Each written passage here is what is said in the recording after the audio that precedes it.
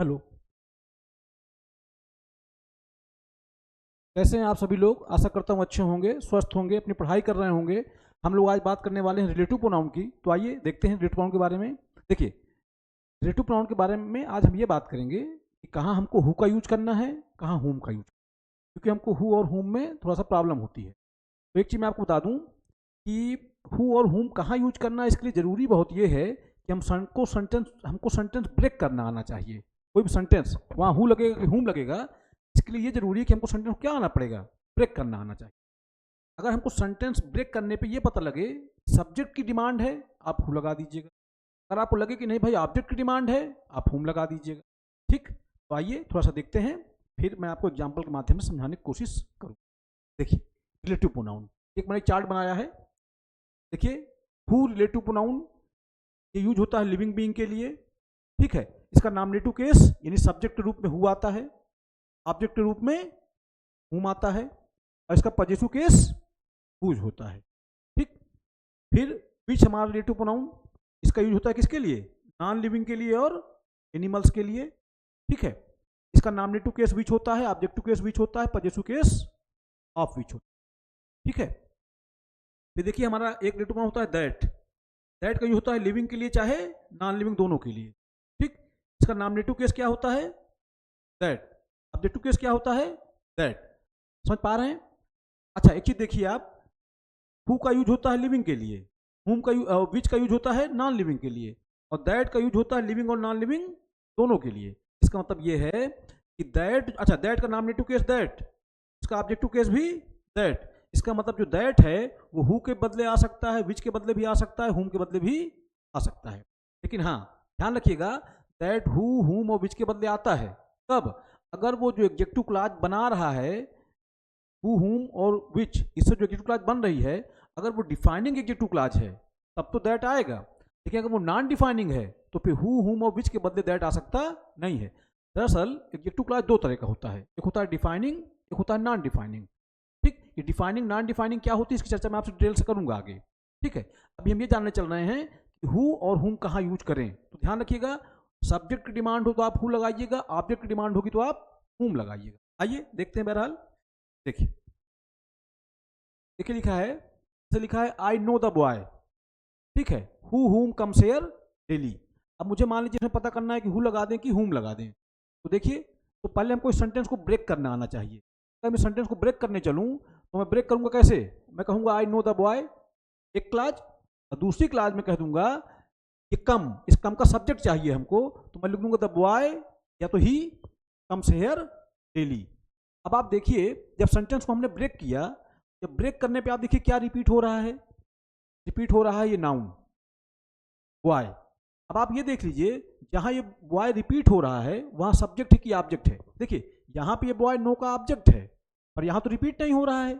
आप देखिए रिपीट कहां हो रहा है, यहां पे, और जहां रिपीट हो रहा है वहां इस फाइनाइट वर्ब कम्स का क्या है, ये सब्जेक्ट है। इसका मतलब हमको सब्जेक्ट की डिमांड है। तो जब सब्जेक्ट की डिमांड है तो आप क्या कर दीजिए, लगा दीजिए। तो मैं लिखूंगा आई know the boy who comes here daily.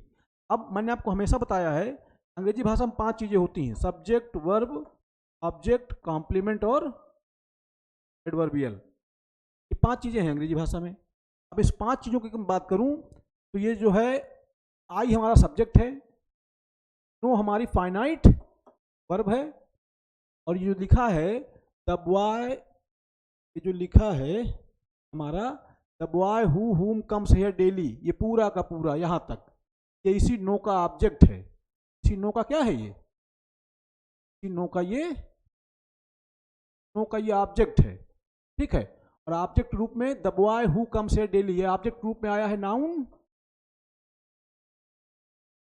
Phrase. इसमें मेन वर्ड क्या है आपका, बॉय, और इस नाउन फ्रेज के अंदर जो लिखा है ना हु कम्स हियर डेली, ये इस नाउन फ्रेज के अंदर ये आई हुई है एडजेक्टिव क्लॉज, यानी कि नो का ऑब्जेक्ट है the boy who comes here daily, और ये हमारा क्या है, ये हमारा नाउन फ्रेज है। इस नाउन फ्रेज के अंदर हु कम्स हियर डेली ये हमारी एडजेक्टिव क्लॉज है। ठीक है, और ये जो एडजेक्टिव क्लॉज है ये डिफाइनिंग एडजेक्टिव क्लॉज है, इसलिए यहाँ हु के बदले दैट का यूज भी आप कर सकते हैं। अभी डिफाइनिंग और नॉन डिफाइनिंग क्या होती है इसकी चर्चा मैं आपसे करूंगा, अभी पूरी डिटेल से बात करूंगा। अभी सिर्फ मैं बात करने चल रहा हूं कि हु का यूज कहाँ करें और whom का यूज कहाँ करें। ठीक, देखते हैं। देखिए लिखा है the officer whom the government has appointed here is very honest। हमको इसको देखना है कि कहाँ यहाँ हु आएगा कि whom आएगा। देखिए अगर इसको मैं ब्रेक करूं तो क्या ब्रेक करूंगा, ब्रेक करूंगा the officer is very honest, ये हमारी एक क्लास हो गई। उसका अगली क्लास हमारी हो जाएगी द गवर्नमेंट हैज अपॉइंटेड, सरकार ने नियुक्त किया है।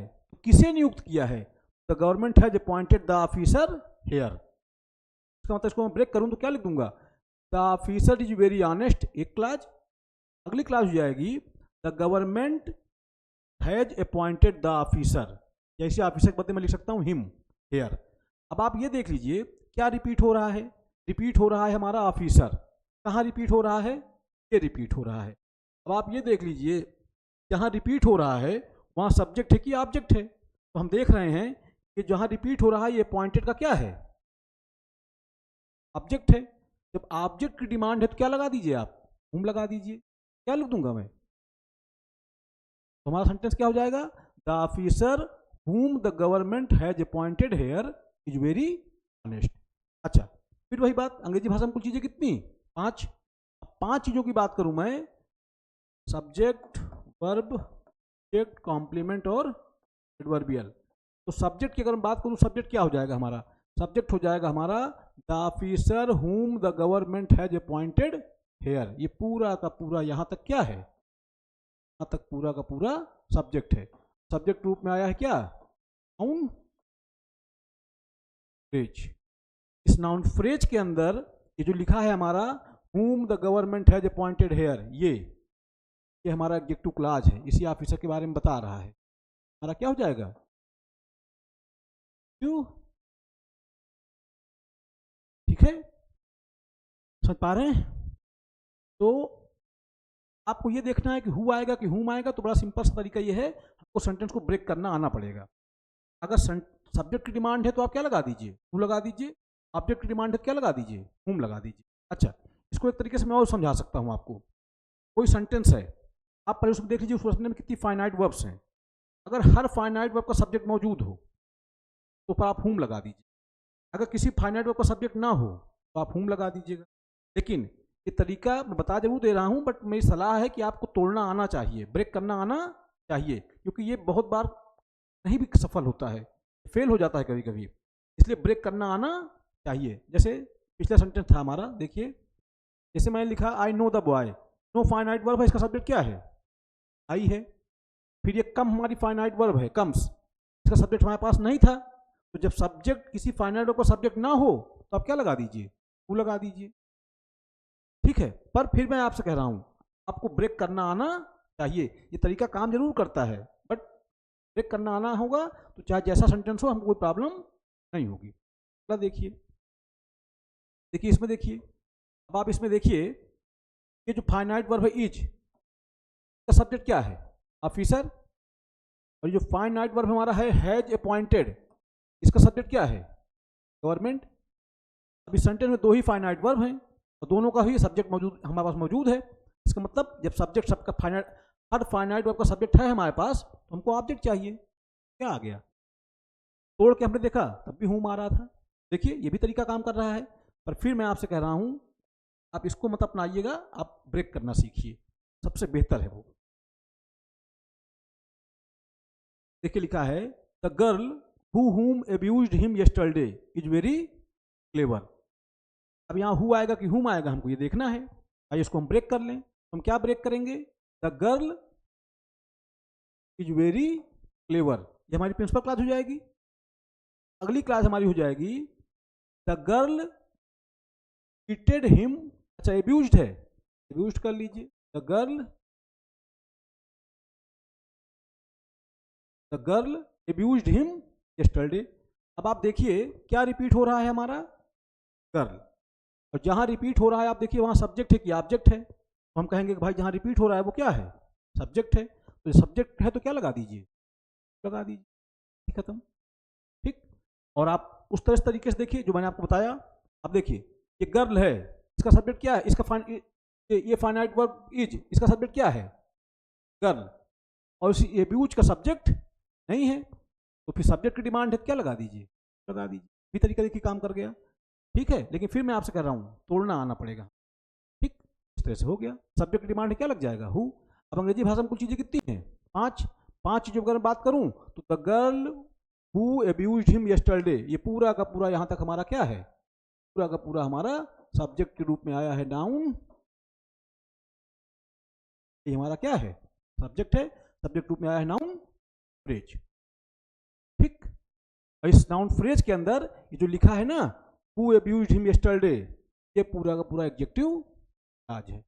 ये सब्जेक्ट रूप में नाउन फ्रेज आया है, उस नाउन फ्रेज के अंदर हमारी क्या है, एडजेक्टिव क्लॉज है।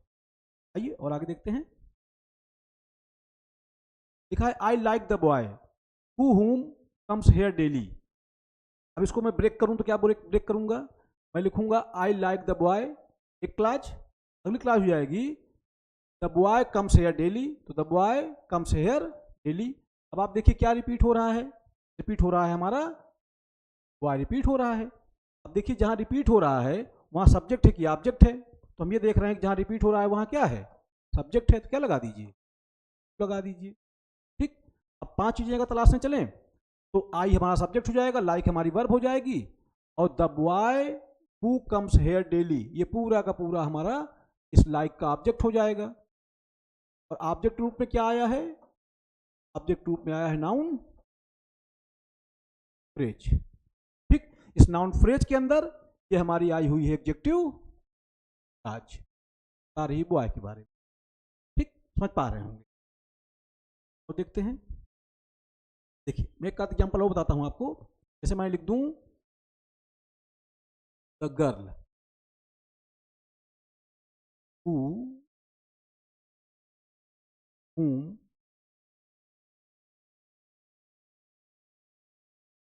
he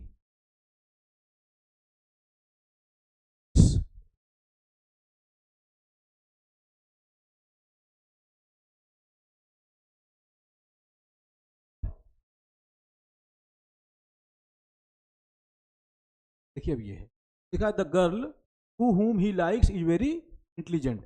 अब इसमें मुझे हु लगाना है कि हुम लगाना है, चेक करना है, तो आइए मैं इसको ब्रेक कर लूं, तो मैं ब्रेक किस तरह करूंगा, the girl is very intelligent, एक क्लास, दूसरी क्लास हो जाएगी, ये हो जाएगा ऐसे, गर्ल इज वेरी इंटेलिजेंट, एक क्लास, अगली क्लास हो जाएगी ही लाइक्स, वो पसंद करता है किसको, द गर्ल, हर। अब बताइए क्या रिपीट हो रहा है, रिपीट हो रही है गर्ल। अब बताइए रिपीट हो रही है तो भाई रिलेटिव प्रोनाउन कहाँ लगाते हैं आप, ऐसे नाउन या ऐसे प्रोनाउन के लिए जो रिपीट हो रहे हों, तो रिपीट हो रहा है हमारा गर्ल। अब जहाँ रिपीट हो रहा है वहाँ देखिए सब्जेक्ट है कि ऑब्जेक्ट है, तो हम कहेंगे भाई लाइक हमारा ट्रांसिटिव वर्ब है, और इसी का ये क्या है, ये हमारा ऑब्जेक्ट है। ऑब्जेक्ट की डिमांड है क्या लगा देंगे आप, लगा देंगे। और अंग्रेजी भाषा में कुछ चीज़ें कितनी हैं, 5 चीज़ों की बात करूँ तो क्या हो जाएगा, द गर्ल हुम ही लाइक्स, ये पूरा का पूरा हमारा हो जाएगा सब्जेक्ट, सब्जेक्ट रूप में आ जाएगा नाउन फ्रेज, ठीक है। इस नाउन फ्रेज के अंदर whom ही लाइक्स, ये हमारी एडजेक्टिव क्लॉज हो जाएगी, समझ पा ही रहे होंगे, ठीक। चलिए इज आपकी लिंकिंग वर्ब हो जाएगी, और ये वेरी इंटेलिजेंट ये आपका कॉम्प्लीमेंट हो जाएगा, सब्जेक्ट कॉम्प्लीमेंट। तो एक चीज हमने ये देखा कि अगर सब्जेक्ट की डिमांड हो तो आप हु लगा दीजिए, ऑब्जेक्ट की डिमांड हो तो आप whom लगा दीजिए। अच्छा वो फाइनाइट वर्ब वाला तरीका जो मैंने आपको बताया वो भी देखिए काम करेगा। अब आप देखिए ये जो गर्ल है, ये जो इज है, इसका सब्जेक्ट क्या है, गर्ल हो गया, इज हमारी फाइनाइट वर्ब है, उसका सब्जेक्ट क्या है, गर्ल हो गया। इस लाइक्स का सब्जेक्ट क्या हो गया, ही हो गया। इसका मतलब जितनी भी फाइनाइट वर्ब हैं सभी का सब्जेक्ट हमारे पास मौजूद है, तो फिर हमको क्या चाहिए, हूम। वो तरीका देखिए काम कर गया। बट फिर मैं आपसे यही बात कहना चाहता हूँ, हमको कोशिश करनी है, हमको तोड़ना आना चाहिए, वो ब्रेक करना आना चाहिए, ताकि कहीं कोई प्रॉब्लम ना हो। सेंटेंस कितना भी कॉम्प्लिकेटेड हो कोई प्रॉब्लम ना हो, तोड़ना आएगा तभी पॉसिबल हो पाएगा।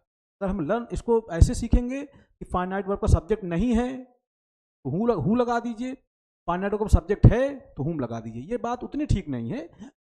आप कोशिश करिए क्या, सेंटेंस को ब्रेक करके सीखना, ठीक है। तो ये रिलेटिव प्रोनाउन और बातें आगे बढ़ाते हैं। देखिए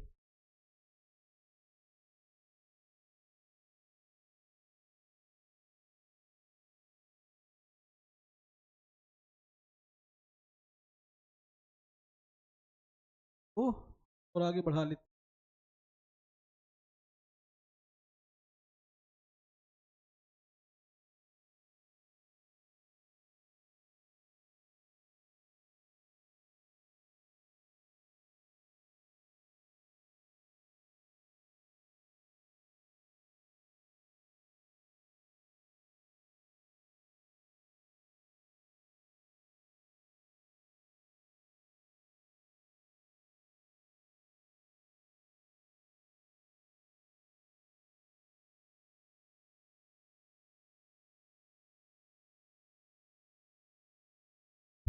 रिलेटिव प्रोनाउन, देखिए रिलेटिव प्रोनाउन क्या होते हैं। देखिए अच्छा हाँ, एक चीज बात और बता दूं आपको, रिलेटिव प्रोनाउन होता क्या है, एक्चुअली क्या है। जैसे मैं एक एग्जांपल आपको लूं, जैसे मैं आपसे कहूं इस तरह से, मैं कहूं आई नो द बॉय, फिर लिख दूं the boy comes here daily. आप देखिए दो बातें लिखी हुई हैं, एक बात लिखी है आई नो द बॉय, दूसरी बात लिखी the boy comes here daily. अगर इन दोनों बातों को मैं जोड़ूं तो मैं क्या कहूंगा, मैं लिख दूंगा आई नो द बॉय, ठीक। फिर मैंने लिख दिया हु कम्स हेयर डेली। अच्छा हु क्यों लगाया, क्योंकि जहां बॉय जहां रिपीट हो रहा है वो जो वर्ड वो बॉय है, और जहां रिपीट हो रहा है वहां सब्जेक्ट है, तो क्या लगा दिया आपने हु। अब आप एक चीज देखिए, ये जो हु है ये किसके लिए आया, बॉय के लिए, इसका मतलब नाउन के बदले आया तो क्या हो गया, प्रोनाउन। अब आप एक बात देखिए, आई know the boy, I know the boy comes here daily, दोनों बातों को ये जोड़ भी रहा है। तो देखिए बॉय हमारा नाउन है, नाउन के बदले आया तो प्रोनाउन हो गया, और दो बातों को जोड़ रहा है तो क्या हो गया, कंजंक्शन हो गया। तो pronoun plus conjunction is equal to relative pronoun, ध्यान रखिएगा। ऐसे शब्द जो प्रोनाउन भी हों और कंजंक्शन भी हों उन्हीं को हम कहते हैं क्या, रिलेटिव प्रोनाउन, ठीक। तो आइए इसको आगे बढ़ाते हैं।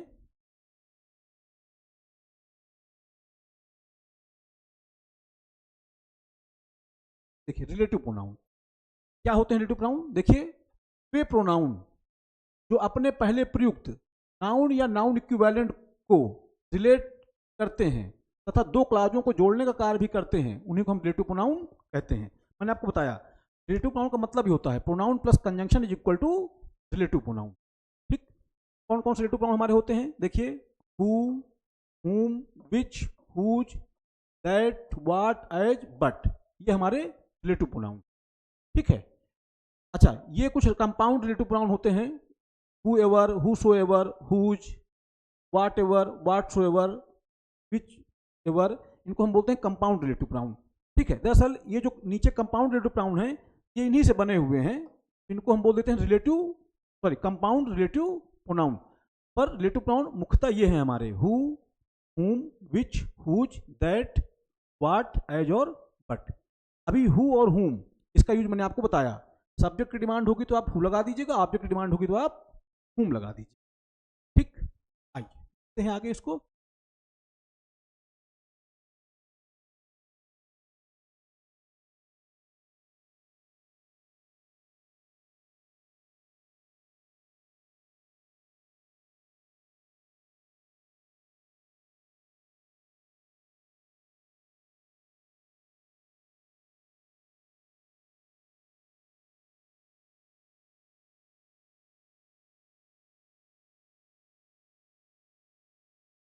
नेक्स्ट पेज से होगा थोड़ा सा।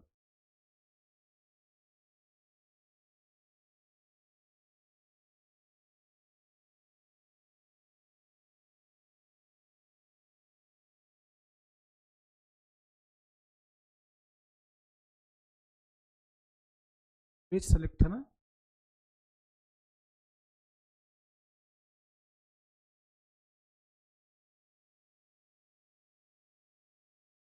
अच्छा ये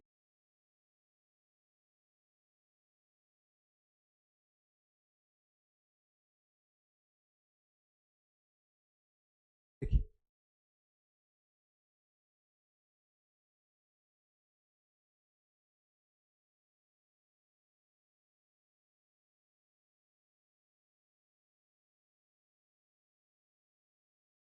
तो मैंने आपको बताया था रिलेटिव प्रोनाउन क्या होते हैं ना। तो रिलेटिव प्रोनाउन में हमने ये जाना कि जो वो हमारे हु था, हुम था, विच था, हुज, बट, एज, दैट, ये सब हमारे क्या हैं, रिलेटिव प्रोनाउन हैं। ठीक, तो इन्हीं को हम जान रहे थे। आइए और बात आगे बढ़ाते हैं। देखिए एंटीसीडेंट क्या होता है। एक्चुअली एंटीसीडेंट क्या होता है, जिसके लिए जो शब्द रिलेटिव प्रोनाउन के तुरंत पहले आता है तो हम बोलते हैं रिलेटिव प्रोनाउन का एंटीसीडेंट। अच्छा एक चीज और, रिलेटिव प्रोनाउन के बाद वर्ब कैसा आएगा, ये हमारा इस बात पर डिपेंड करता है कि रिलेटिव प्रोनाउन का एंटीसीडेंट क्या है। जैसा एंटीसीडेंट होगा, कहने का मतलब ये है जिसके लिए हमारा रिलेटिव प्रोनाउन आया है उसी के अकॉर्डिंग हमारी फाइनाइट वर्ब होनी चाहिए।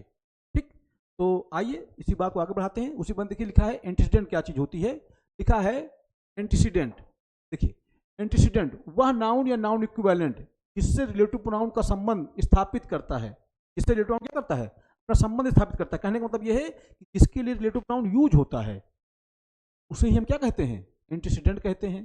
ठीक, जैसे जैसे लिखा है the boy who lives here is my brother. अब आप ये देखिए ये जो हु है ये किसके लिए आया है, बॉय के लिए आया है। तो ये जो बॉय है यही इस रिलेटिव प्रोनाउन हु का क्या है, एंटीसीडेंट है। ठीक, अच्छा अब यहां आप ये सोचेंगे कि हु ही क्यों आया, तो मैंने आपको भी पीछे बताया सब्जेक्ट की डिमांड होगी तो हु लगा देंगे, ऑब्जेक्ट की डिमांड होगी तो आप हुम लगा देंगे। तो इसको अगर मैं ब्रेक करूं तो क्या ब्रेक करूंगा, मैं करूंगा ब्रेक इसको the boy is my brother, is my brother, एक क्लास हो जाएगी। और उसके बाद ये हु लिव्स हियर डेली, इसका मतलब the boy lives here, sorry the boy lives here. इसको ब्रेक करूं तो क्या करूंगा, the boy is my brother एक class, the boy lives here क्या रिपीट हो रहा है, द बॉय, जहां रिपीट हो रहा है वहां सब्जेक्ट की ऑब्जेक्ट, सब्जेक्ट, तो हमने क्या लगा दिया, हु। अच्छा अंग्रेजी भाषा में कुल चीजें कितनी, पांच चीजें हैं। तो आप ये देखिए पूरा the boy who lives here, ये पूरा का पूरा हमारा नाउन फ्रेज हो जाएगा। इसमें मेन वर्ड हमारा क्या है, द बॉय। ठीक, और जो लिखा है हु लिव्स हेयर, इस नाउन फ्रेज के अंदर आई हुई एडजेक्टिव क्लॉज। ठीक, समझ पा रहे होंगे। तो मेरा मकसद ये था बताना आपको कि एंटीसीडेंट क्या होता है। एंटीसीडेंट वो होता है जिसके लिए रिलेटिव प्रोनाउन का क्या करते हैं हम, यूज करते हैं, उसी को बोलते हैं क्या, एंटीसीडेंट बोलते हैं। ठीक, फिर आगे देख लिखा है she has bought a house which is beautiful. अब देखिए she has bought a house which is beautiful, तो इसको अगर मैं ब्रेक करूं तो क्या ब्रेक करूंगा, मैं कहूंगा she has bought a house, the house is beautiful. अच्छा हाउस क्योंकि नॉन लिविंग है तो हु हुम तो हम लगाएंगे नहीं, क्या लगा देंगे, विच लगा देंगे। अच्छा ये विच आया किसके लिए है, हाउस के लिए आया है। तो रिलेटिव प्रोनाउन जिसके लिए यूज होता है उसी को हम कहते हैं कि वो रिलेटिव प्रोनाउन का क्या है, एंटीसीडेंट है। अच्छा जो वर्ब आती है वो रिलेटिव प्रोनाउन जिस एंटीसीडेंट के लिए आया है उसी एंटीसीडेंट के अकॉर्डिंग आनी चाहिए। जो हमारी फाइनाइट वर्ब है वो रिलेटिव प्रोनाउन जिसके लिए आया है उसी के अकॉर्डिंग होनी चाहिए। तो ये जो विच है ये आया किसके लिए, हाउस के लिए। जो हमारी फाइनाइट वर्ब है किसके अकॉर्डिंग, हाउस के अकॉर्डिंग। ठीक, तो ये हाउस हमारा क्या है, विच का एंटीसीडेंट है। ठीक, चलें आगे।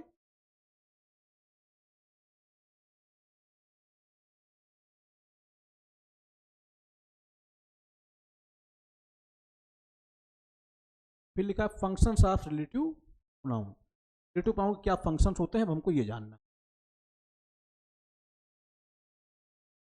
फंक्शंस ऑफ रिलेटिव प्रोनाउन, देखिए रिलेटिव प्रोनाउन किसी सबऑर्डिनेट क्लॉज में सब्जेक्ट का कार्य कर सकता है। देखिए कोई भी रिलेटिव प्रोनाउन, जाहिर सी बात है एक चीज जान लीजिए, मैं आपको बता दूं जितना भी रिलेटिव प्रोनाउन है, जितना भी रिलेटिव एडवर्ब्स होते हैं या जितना भी सबऑर्डिनेटिंग कंजंक्शन होते हैं, ये सब क्या बनाते हैं, ये सब बनाते हैं सबऑर्डिनेट क्लॉज। तो कोई रिलेटिव प्रोनाउन किसी सबऑर्डिनेट क्लॉज में सब्जेक्ट हो सकता है। अभी हमने पढ़ा कि अगर सब्जेक्ट की डिमांड होगी तो हु लगा देंगे, ऑब्जेक्ट की डिमांड होगी तो हुम लगा देंगे। लिविंग की बात कर रहा हूँ, नॉन लिविंग के लिए तो विच लगता है, ठीक है। तो अब वही बता रहा है कि रिलेटिव प्रोनाउन का क्या क्या फंक्शन होता है। तो बता रहा है कि कोई भी रिलेटिव प्रोनाउन किसी सबऑर्डिनेट क्लास में सब्जेक्ट हो सकता है, बिल्कुल हो सकता है भाई। सब्जेक्ट डिमांड होगी तो हु आ जाएगा, ऑब्जेक्ट डिमांड होगी तो हुम आ जाएगा, भी हमने पढ़ा हुम का यूज। नॉन लिविंग होगा तो विच आ जाएगा, एनिमल के लिए क्या आ जाएगा, विच आ जाएगा, ठीक। तो देखिए लिखा है you are the girl who has won the match. अब आप देखिए ये जो लिखा है who has won the match, ये हमारी सबऑर्डिनेट क्लास है, क्योंकि जितना भी रिलेटिव प्रोनाउन होता है या जितना भी रिलेटिव एडवर्ब होता है या जितने भी सबऑर्डिनेटिंग कंजंक्शन होते हैं वो सब सबऑर्डिनेट क्लास बनाते हैं। और कोई सबऑर्डिनेट क्लास या तो नाउन का काम करती है, या तो एडजेक्टिव काम करती है, या तो एडवर्ब काम करती है। तो कह रहा है कोई भी रिलेटिव प्रोनाउन किसी सबऑर्डिनेट क्लास का सब्जेक्ट हो सकती है। तो बड़ी सीधी सी बात है, ये जो लिखा है who has won the match, ये हमारी सबऑर्डिनेट क्लास है। और ये हु किसके लिए आया है, गर्ल के लिए। ये गर्ल इसी हु का क्या है, एंटीसीडेंट है, ठीक। और हु रिलेटिव प्रोनाउन है, क्या क्लास बनाई, सबऑर्डिनेट क्लास। अब कोई सबऑर्डिनेट क्लास या तो नाउन होती है, या तो एडजेक्टिव होती है, या तो एडवर्ब होती है। ये किसके बारे में बता रहा है, गर्ल के बारे में। तो गर्ल हमारा नाउन है, नाउन के बारे में कौन बताएगा, एडजेक्टिव। इस जो सबऑर्डिनेट क्लास है who has won the match, ये हमारी एडजेक्टिव क्लास है, ठीक। फिर देखिए लिखा है this is the dog which beat her. अब देखिए this is the dog which beat her, देखिए दिस इज द डॉग एक class, the dog beat her. तो अब देखिए जो विच है ये क्या है, उस डॉग के बदले आया, डॉग सब्जेक्ट था तो ये रिलेटिव प्रोनाउन है, सब्जेक्ट रूप में आ गया। अच्छा रिलेटिव प्रोनाउन है तो सबऑर्डिनेट क्लास बनाएगा, subordinate class which beat her इसके बारे में बता रही है, डॉग के बारे में। डॉग हमारा नाउन है, नाउन के बारे में कौन बताएगा, एडजेक्टिव बताएगा, तो हो गई एडजेक्टिव क्लास हो गई, ठीक है। और देखिए लिखा है the book that is on the table is yours, यहाँ योर्स होगा ना, पजेसिव प्रोनाउन लगेगा। The book that is on the table is yours, कह रहा है बुक जो टेबल पर है तुम्हारी है, तुम्हारी वाली है। आप देखिए अब इसको अगर मैं ब्रेक करूं क्या हो जाएगा, द बुक इज योर्स एक क्लास, ठीक है। द बुक इज योर्स एक class, the book is on the table दूसरी क्लास। अब आप देखिए क्या रिपीट हो रहा है, द बुक, और जहां रिपीट हो रहा है वहां क्या है, सब्जेक्ट है, इस चीज का सब्जेक्ट है ना, उसी बुक के बदले क्या आया है, दैट। तो रिलेटिव प्रोनाउन हो गया, और सब्जेक्ट काम कर रहा है और बना रहा है क्या, रिलेटिव प्रोनाउन है, सबऑर्डिनेट क्लास बना रहा है, बता रहा है किसके बारे में, बुक के बारे में। बुक हमारा नाउन है, नाउन के बारे में कौन बताएगा, एडजेक्टिव। तो the book that is on the table, ये पूरा का पूरा यहां तक, ये पूरा का पूरा हमारा सब्जेक्ट है, ठीक, समझ पा रहे होंगे। ये जो लिखा है ना the book that is on the table, ये हमारा क्या है, सब्जेक्ट है। इसमें मेन वर्ड क्या है हमारा, बुक। ये हो जाएगा हमारा नाउन फ्रेज। इस नाउन फ्रेज के अंदर जो लिखा है that is on the table, ये हमारी आई हुई एडजेक्टिव क्लास। तो हम फंक्शन देख रहे हैं रिलेटिव प्रोनाउन का, तो रिलेटिव प्रोनाउन किसी भी सबऑर्डिनेट क्लास में सब्जेक्ट हो सकती है, बिल्कुल हो सकती है, क्यों नहीं हो सकती है, ऑब्जेक्ट भी हो जाएगी, क्या ही दिक्कत है उसमें, ठीक। अच्छा ये बुक क्या है, इस दैट का क्या है, एंटीसीडेंट है। और देखते हैं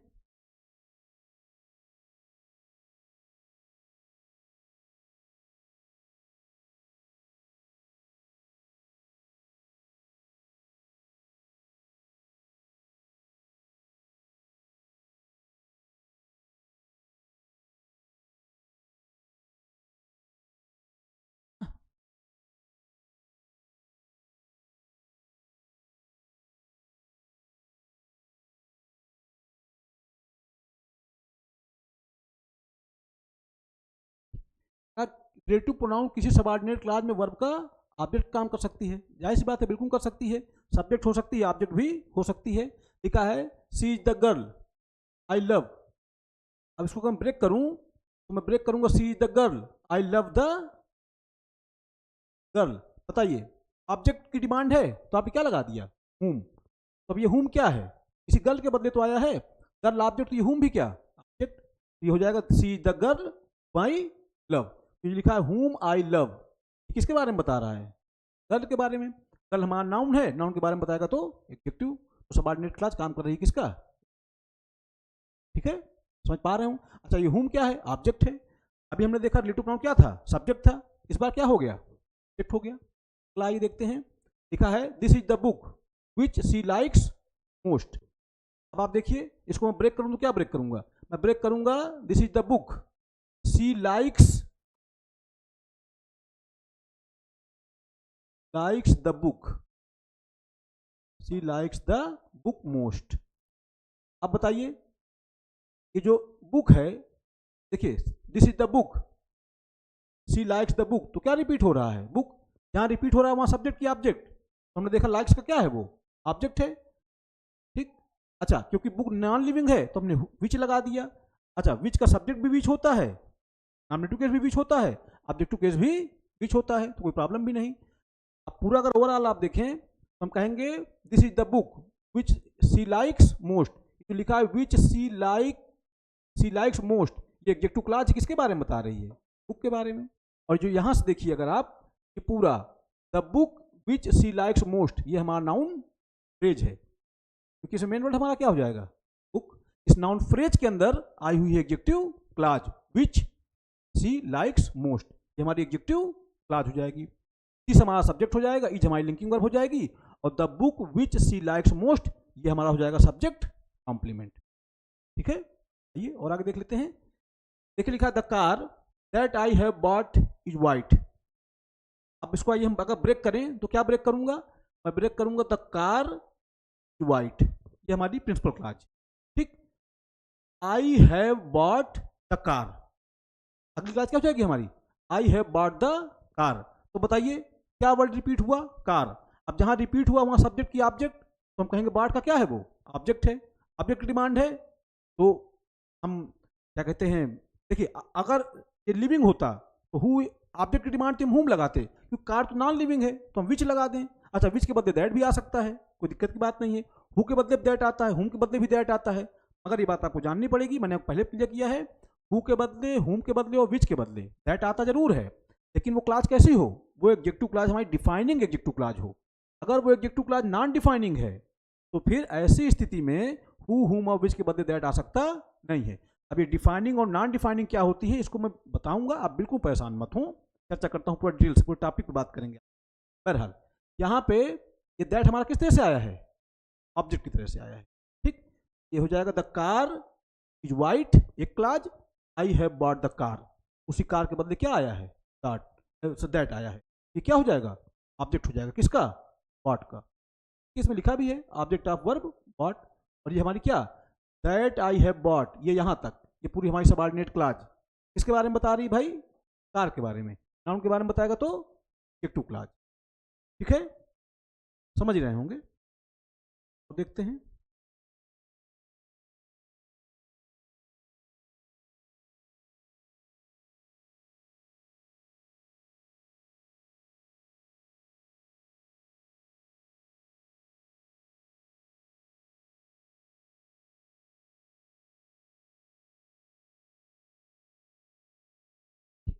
किसी सबऑर्डिनेट क्लॉज में रिलेटिव प्रोनाउन प्रीपोजिशन का ऑब्जेक्ट का काम कर सकता है। क्यों कर सकता है भाई?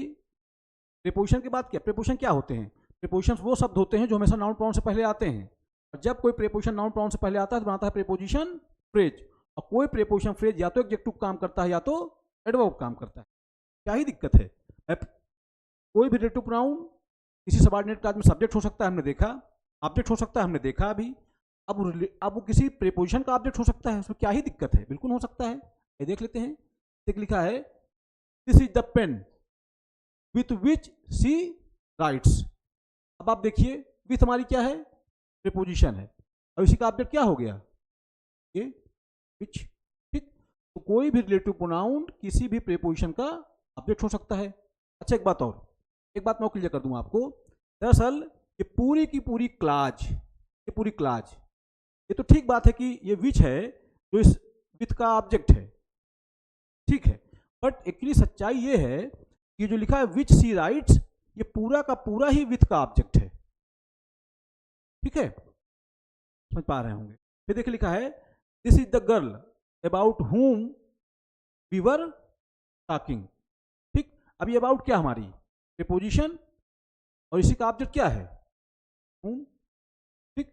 भाई प्रीपोजिशन के बाद हमेशा ऑब्जेक्टिव केस का नाउन प्रोनाउन आता है, ठीक, इसीलिए हु नहीं आ सकता, यहाँ पे क्या आएगा?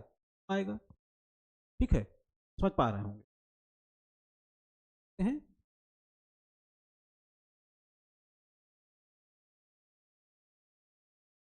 यही अब मैं आपको बताना चल रहा था। देखिए यही बात हमको जाननी है। मैं आपको ये बता दूं,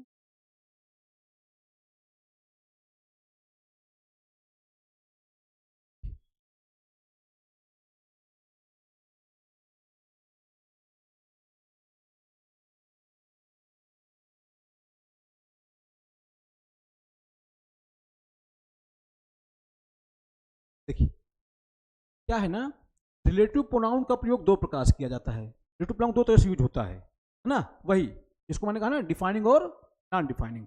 कौन कौन सा? रिस्ट्रिक्टिव या डिफाइनिंग यूज या नॉन डिफाइनिंग यूज। इसी को आइए हम जानते हैं, क्या होता है डिफाइनिंग और क्या होता है नॉन डिफाइनिंग। ठीक है,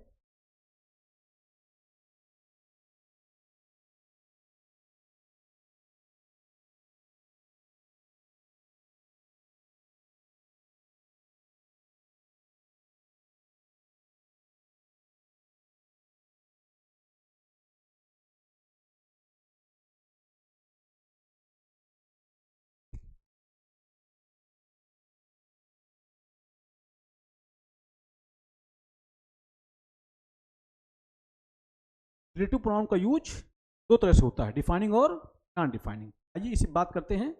देखिए रिस्ट्रिक्टिव और डिफाइनिंग यूज, देखिए क्या होता है, कह रहा है जब रिलेटिव प्रोनाउन का प्रयोग इस प्रकार से हो कि इससे बनी क्लाज एडजेक्टिव क्लाज का कार्य करे, है ना, तथा अपने एंटीसीडेंट को स्पष्ट करता है, तो उस एडजेक्टिव क्लाज को ही हम डिफाइनिंग क्लाज कहते हैं। तथा रिलेटिव प्रोनाउन के इसी यूज को हम रिस्ट्रिक्टिव या डिफाइनिंग यूज कहते हैं। मैं आपको क्लियर कर दूं, क्या है ना, एक्चुअली जब कोई रिलेटिव प्रोनाउन अपने एंटीसीडेंट के लिए आए और उस एंटीसीडेंट के बारे में अतिरिक्त जानकारी ना दे। देखिए चीज समझिएगा, कोई भी एडजेक्टिव क्लाज दो तरह से काम करती है, दो तरह की होती है, डिफाइनिंग और नॉन डिफाइनिंग। ऐसी एडजेक्टिव क्लाज जो इसके लिए आई है, जिस नाउन प्रोनाउन के बारे में बता रही है, के बारे में कोई अतिरिक्त जानकारी ना दे, उसको हम कहते हैं डिफाइनिंग। लेकिन अगर अतिरिक्त जानकारी दे तो उसको हम बोलते हैं नॉन डिफाइनिंग। अब अतिरिक्त जानकारी का मतलब क्या होता है मैं बता रहा हूं आपको। जैसे मैंने कहा आई know the boy who comes here daily, मैं जानता हूं उस लड़के को जो यहां प्रतिदिन आता है। अब यहां पे जो मैंने लिखा हु कम्स हियर डेली, ये हमारी एडजेक्टिव क्लॉज है और ये बॉय के बारे में अतिरिक्त जानकारी नहीं है। लेकिन अगर मैं कह दूं Preeti who is a doctor comes here daily, तो जो मैंने लिखा ना हु इज अ डॉक्टर, ये एडजेक्टिव क्लॉज है, किसके बारे में बता रही है? प्रीति के बारे में। अब ये प्रीति के बारे में अतिरिक्त जानकारी है, क्योंकि प्रीति की अपनी पहचान क्या है कि वो खुद ही प्रीति है। अतिरिक्त जानकारी ये हो गई कि वो एक डॉक्टर है। जैसे मैंने लिखा प्रीति, जैसे मैंने ऐसे लिखा Preeti, Preeti who is a doctor comes here daily. अब देखिए प्रीति की अपनी स्वतः की पहचान क्या है कि वो प्रीति है। अब उसके बारे में अतिरिक्त जानकारी क्या है? Who is a doctor. ठीक, ये अतिरिक्त जानकारी है। अच्छा एक बात बताऊं मैं आपको, ये जो हमारी नॉन डिफाइनिंग एडजेक्टिव क्लॉज होती है, ये जहां शुरू होती है वहां कामा और जहां खत्म होती है वहां कामा। मैं आपको क्लियर कर दूं इस चीज को, पूरा समझिएगा। एक्चुअली एडजेक्टिव क्लॉज दो तरह का, डिफाइनिंग और non defining. Defining adjective clause क्या होती है? जिसके बारे में बताती है उसके बारे में कोई अतिरिक्त जानकारी नहीं देती है। ठीक है, पर जो नॉन डिफाइनिंग एडजेक्टिव क्लॉज है वो जिस नाउन प्रोनाउन के बारे में बताती है उसके बारे में एक अतिरिक्त सूचना दे रही होती है। ठीक है, मैंने कहा the girl who helped you yesterday is my sister. The girl who helped you yesterday is my sister. अभी जो मैंने कहा हु हेल्प्ड यू यस्टरडे, ये डिफाइनिंग एडजेक्टिव क्लॉज है। क्यों? क्योंकि ये गर्ल के बारे में अतिरिक्त जानकारी दे रही नहीं है। ठीक है, अगर मैं कह दूं my mother who helped you yesterday doctor, अब यहां पे जो लिखा my mother who helped you yesterday, जो लिखा हु हेल्प्ड यू यस्टरडे, ये माई मदर के बारे में अतिरिक्त जानकारी है। क्योंकि माँ की अपनी पहचान खुद क्या है कि वो मेरी माँ है। अतिरिक्त जानकारी ये दी जा रही है कि हु हेल्प्ड यू यस्टरडे, जिन्होंने कल आपकी मदद की थी। ठीक, आइए इसमें ज्यादा बेहतर आप समझ पाएंगे। देखिए जैसे लिखा है the man who lives next door is a doctor. अब आप देखिए ये जो एडजेक्टिव क्लॉज है, हु लिव्स नेक्स्ट डोर, ये मैन के बारे में अतिरिक्त जानकारी नहीं दे रहा है। तो ये जो क्लॉज है ये डिफाइनिंग एडजेक्टिव क्लॉज है। फिर देखिए लिखा है दिस इज द बॉय। अच्छा, ये हु, इसका इंटरसेंट क्या है? The man. ठीक, इसीलिए द मैन के अनुसार क्या आई है? लिव्स हमारी वर्ब आई है।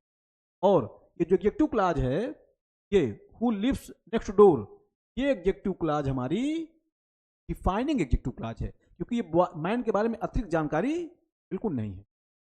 ठीक, फिर देखिए लिखा है this is the boy who helped me yesterday. अब देखिए ये जो लिखा है हु हेल्प्ड मी यस्टरडे, ये बता रहा है इसी बॉय के बारे में। ठीक है, और ये बॉय का क्या है? बॉय के बारे में बता रहा है, तो एडजेक्टिव क्लॉज है। और कैसे एडजेक्टिव क्लॉज है? डिफाइनिंग एडजेक्टिव क्लॉज है, क्योंकि ये अतिरिक्त सूचना बॉय के बारे में नहीं दे रहा है।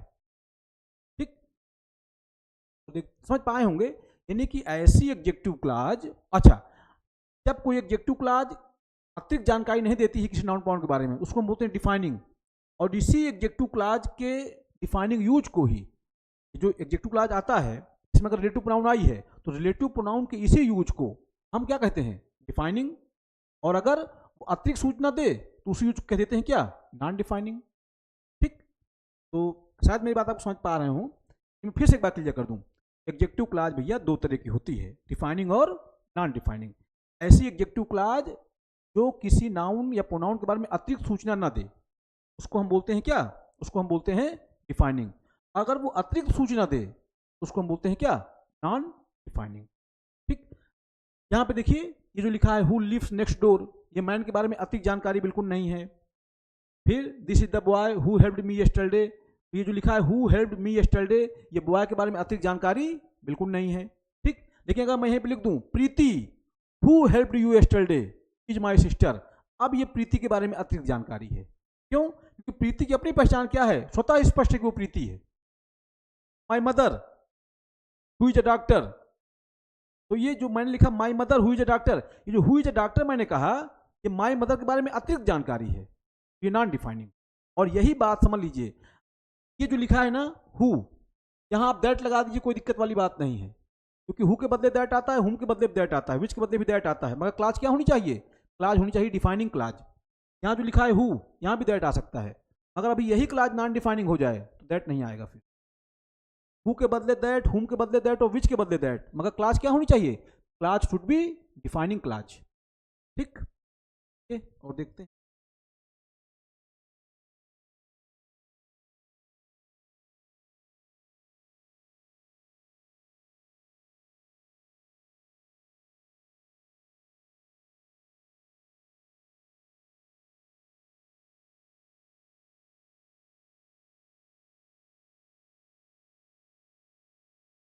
Non defining use. अब वो नॉन डिफाइनिंग यूज वही जो मैं आपको बता रहा था।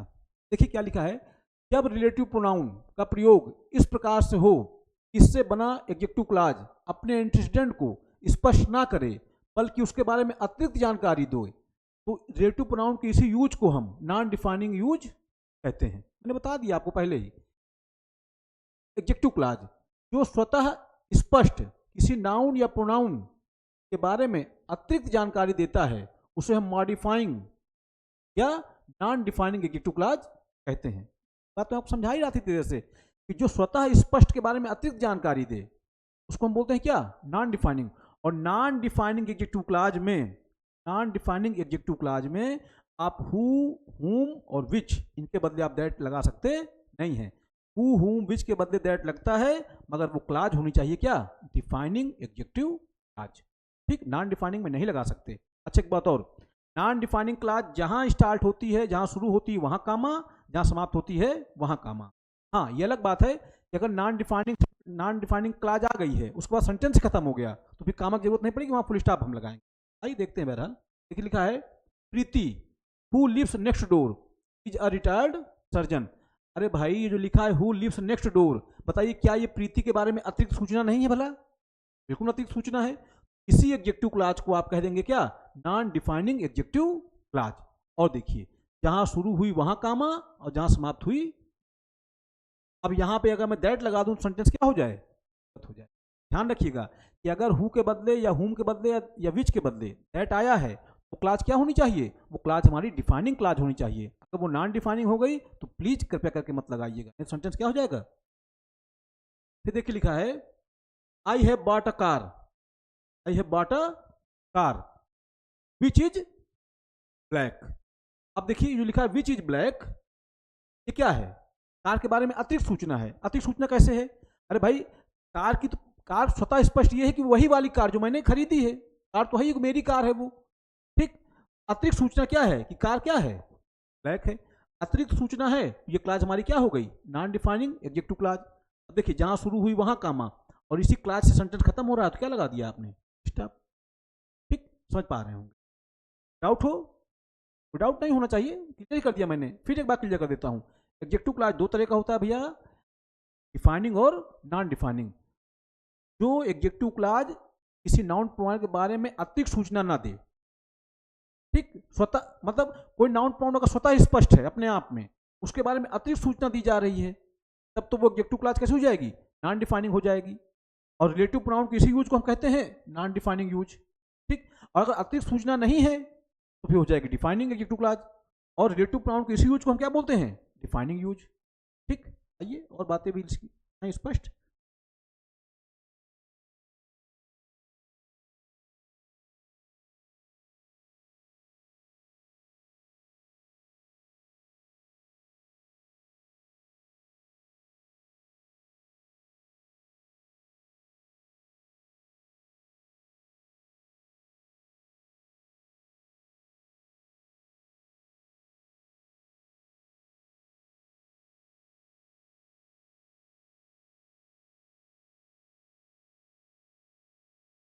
देखिए बात हमारी क्या है, वो हमें समझ, देखिए लिखा है there are two types of adjective classes. Adjective class ये प्रकार की होती है, दो प्रकार की, वही मैंने आपको बताया, डिफाइनिंग और नॉन डिफाइनिंग। देखिए there are two types of adjective classes. Adjective class कितने प्रकार का होता है, दो प्रकार का। कौन कौन सा भाई, डिफाइनिंग या इसी को बोलते हैं आप आइडेंटिफाइंग, दूसरी हमारी होती है मॉडिफाइंग या नॉन डिफाइनिंग, ठीक, या नॉन आइडेंटिफाइंग क्लाज, ठीक। Defining clause is always used without comma. मैंने अभी आपको बताया कि अगर कोई एडजेक्टिव क्लाज डिफाइनिंग होगी तो वहां कामा की जरूरत नहीं होगी। Non defining clause is always used with comma. अगर नॉन डिफाइनिंग होगी तो क्या करेंगे आप, जहां शुरू होगी वहां कामा, जहां समाप्त होगी वहां कामा, ठीक है।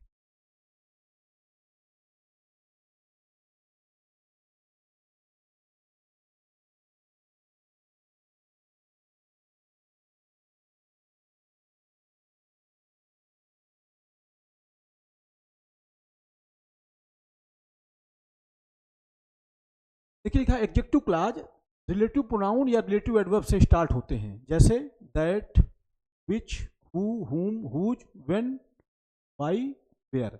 एक चीज जान लीजिए, कोई भी जो एडजेक्टिव क्लाज होती है, एडजेक्टिव क्लाज स्टार्ट होती है किससे, या तो रिलेटिव प्रोनाउन से या तो रिलेटिव एडवर्ब से। एक चीज जान लीजिए, जितना भी रिलेटिव प्रोनाउन होता है या जितना भी रिलेटिव एडवर्ब होता है, ये सबऑर्डिनेटिंग कंजंक्शन का काम करते हैं। जब सबऑर्डिनेटिंग कंजंक्शन काम करेंगे तो क्लास क्या बनाएंगे, क्लास बनाएंगे सबऑर्डिनेट। और कोई सबऑर्डिनेट क्लास या तो नाउन का काम करती है, या तो एडजेक्टिव क्लास करती है, या तो एडवर्ब का काम करती है। तो जो एडजेक्टिव क्लास होती हैं किससे स्टार्ट होती हैं, या तो रिलेटिव प्रोनाउन से स्टार्ट होंगी या तो रिलेटिव एडवर्ब से स्टार्ट होंगी। ये बात जान लीजिए कि कोई भी एडजेक्टिव क्लास, सबऑर्डिनेट क्लास काम करती है नाउन का, एडजेक्टिव का और एडवर्ब का। तो जो एडजेक्टिव क्लास होती हैं वो स्टार्ट होंगी किससे, या तो रिलेटिव प्रोनाउन से या तो रिलेटिव एडवर्ब से, ठीक। बाकी जो नाउन क्लाज है, जो एडवर्ब क्लाज है, वो सबऑर्डिनेटिंग कंजंक्शन से भी स्टार्ट, सबऑर्डिनेटिंग कंजंक्शन का स्टार्ट हो सकती हैं। लेकिन जो हमारी एडजेक्टिव क्लाज होती हैं किससे स्टार्ट होंगी, या तो रिलेटिव प्रोनाउन से या तो रिलेटिव एडवर्ब से। देखिए आइए देखते हैं। देखिए लिखा है the man who lives next door is a teacher. अभी देखिए हु हमारा क्या है, रिलेटिव प्रोनाउन है, ये हमारी एडजेक्टिव क्लाज हो गई। किसके बारे में बता रही है, मैन के बारे में, ठीक, समझ पा रहे होंगे। देखिए ये जो लिखा है,